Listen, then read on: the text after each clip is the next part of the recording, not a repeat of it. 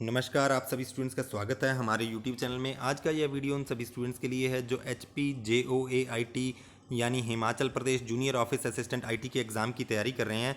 ये exam conduct करवाया जा रहा है 21 मार्च 2021 को Himachal Pradesh subordinate service selection commission Hamirpur के द्वारा। तो आज के इस वीडियो में मैं MS एक्सेल के कुछ इंपॉर्टेंट क्वेश्चन डिस्कस करने जा रहा हूँ जो कि Himachal Pradesh subordinate service selection commission ने प्रीवियस ईयर्स में पूछे हैं। तो पहला क्वेश्चन देखते हैं। पहला क्वेश्चन है, file created with lotus 123 have an extension. ठीक है, तो लोटस 123 में एक्सटेंशन पूछी गई है, क्या होती है? तो एक्सटेंशन होती है इस तरह से, आप फाइल नेम कुछ भी देते हैं फाइल को, तो उसमें डॉट लगा रहता है, उसके बाद कुछ लिखा होता है, तो वो होता है फाइल नेम। इससे एक्सटेंशन से आपको पता चल जाता है कि फ़ाइल किस तरह की है, किस सॉफ्टवेयर में फाइल बनी है। तो यहाँ लोटस 123 क्या चीज़ है? लोटस 123 एक एप्लीकेशन सॉफ्टवेयर है जो कि एक स्प्रेडशीट है। ठीक है जी, स्प्रेडशीट है जिस तरह से आपका MS एक्सेल में होता है, यानी कि वहाँ पर आपके हॉरिजॉन्टल रोज़ रहेंगी इस तरह से और वर्टिकल कॉलम रहेंगे, और कैलकुलेशन वगैरह करने के लिए ये काफ़ी सुविधा प्रदान करता है आपको वर्कशीट। तो यहाँ पर एक्सटेंशन इसकी पूछी गई है, इसकी एक्सटेंशन होती है .123। इसमें सी ऑप्शन राइट आंसर है। जो स्प्रेडशीट है ये जो आपका ये वाली स्प्रेडशीट है लोटस 123, ये 1983 में आई थी, लोटस सॉफ्टवेयर के द्वारा लाई गई थी। बाद में IBM के पास ये रही लोटस जो स्प्रेडशीट है।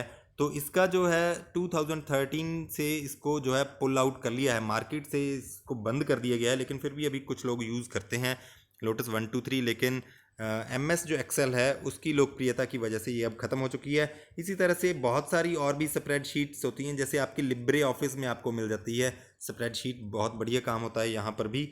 तो यहाँ पर आप और एक्सटेंशंस देख लीजिए, ये .XLS जो है ये MS एक्सेल की एक्सटेंशन है, लेकिन 2007 से पहले के जितने भी MS ऑफिस आए हैं उनमें ये .XLS रहती है, और इसके बाद के 2007 और उसके बाद के जितने भी वर्जन है वहाँ पर एंड में एक एक्स लगा रहेगा, जैसे XLS बाद में एक्स लगा दीजिए। इसी तरह से जैसे ये डॉक है .doc, तो जो वर्ड की फाइल है वो 2007 से पहले का जो वर्जन है वहाँ पर इस तरह से .doc लिखा रहेगा, इसके पीछे एक्स लगा दें तो यानी 2007 या उसके बाद की फाइल है। ये 2007 का ऑफिस होगा या उसके बाद का जो भी है, वो इस तरह से आप पता लगा सकते हैं। तो नेक्स्ट क्वेश्चन है आपका, the worksheet in MS Excel can be open by clicking on the.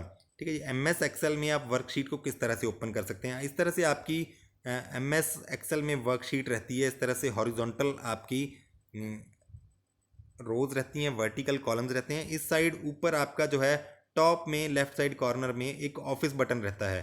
ठीक है जी, ऑफिस बटन पे जब आप क्लिक करते हैं तो बहुत सारी ऑप्शन खुल जाती है। एक ऑप्शन आती है ओपन की। अगर आप ओपन पर क्लिक करते हैं तो आपकी जो भी एग्जिस्टिंग जो शीट है, वर्कशीट है, तो वो आप ओपन कर सकते हैं एग्जिस्टिंग में। वहाँ पर आपके पास एग्जिस्टिंग सारी शीट्स की लिस्ट आ जाएगी, तो उसको आप ओपन कर सकते हैं ओपन पर क्लिक करके। तो यहाँ पर राइट आंसर रहेगा ओपन बटन, तो ए ऑप्शन इसमें राइट आंसर है। नेक्स्ट क्वेश्चन है, you can print in MS Excel. आप क्या प्रिंट कर सकते हो MS एक्सेल में? ऑप्शन ए है कमेंट्स, ऑप्शन बी है अ वर्कशीट, ऑप्शन सी है arrange of cells by range name.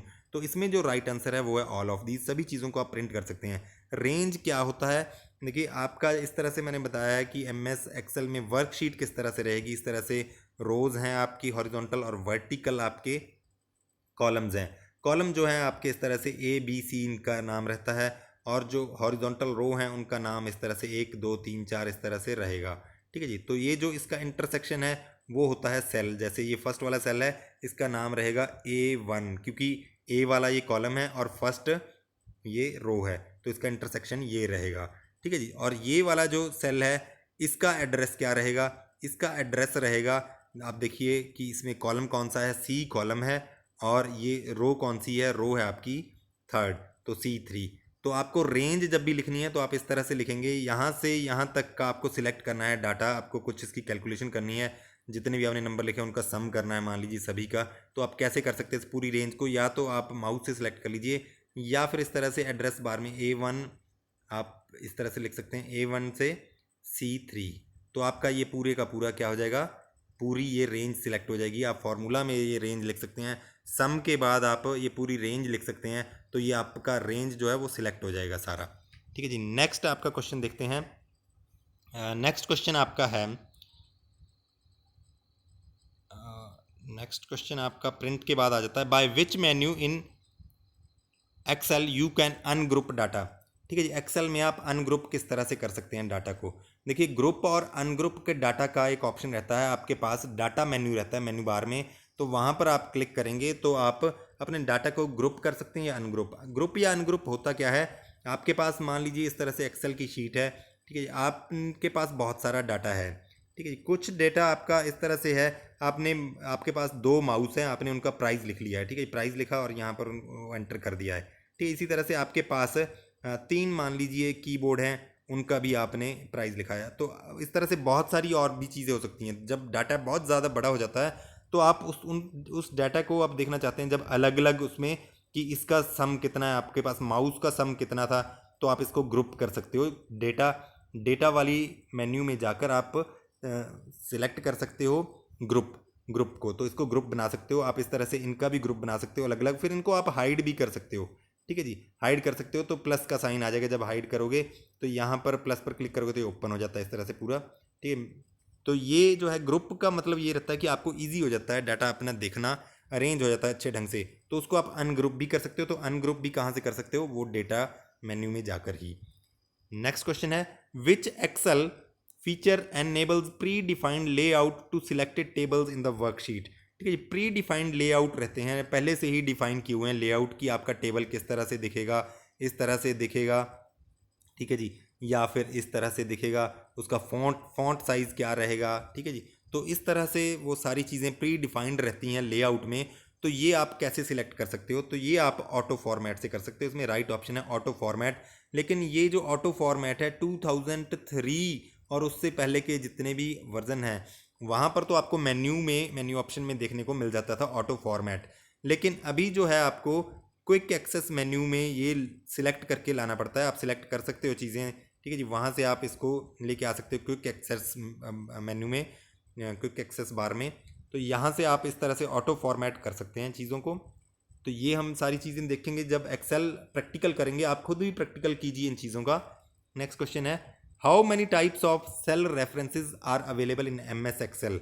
ठीक है जी, सेल रेफरेंस का मतलब क्या है कि सेल को आप किस तरह से रेफर कर सकते हो, किसी सेल का नाम किस तरह से बता सकते हो, ठीक है जी। तो सेल रेफरेंस 3 तरीके से हो सकती है, इसमें बी ऑप्शन सही है, ठीक है जी। पहली जो है आपकी वो है आपकी एब्सोल्यूट रेफरेंस, ठीक है जी, एब्सोल्यूट रेफरेंस हो सकती है। एब्सोल्यूट रेफरेंस का मतलब है, अभी के लिए ये समझ लीजिए कि डॉलर का साइन लगता है, जैसे कॉलम मुझे सेल का एड्रेस होगा जैसे A1, तो A से पहले भी आप डॉलर लगा दीजिए, और फर्स्ट मतलब कि फर्स्ट कॉलम और फर्स्ट रो, तो वो वाला जो सेल है उसको मैंने एब्सोल्यूट रेफरेंस दे दिया। अब जहाँ भी एड्रेस लिखूंगा इसी सेल का डाटा वो उठाया जाएगा, कहीं भी मैं ड्रैग करूँ कुछ भी करूँ।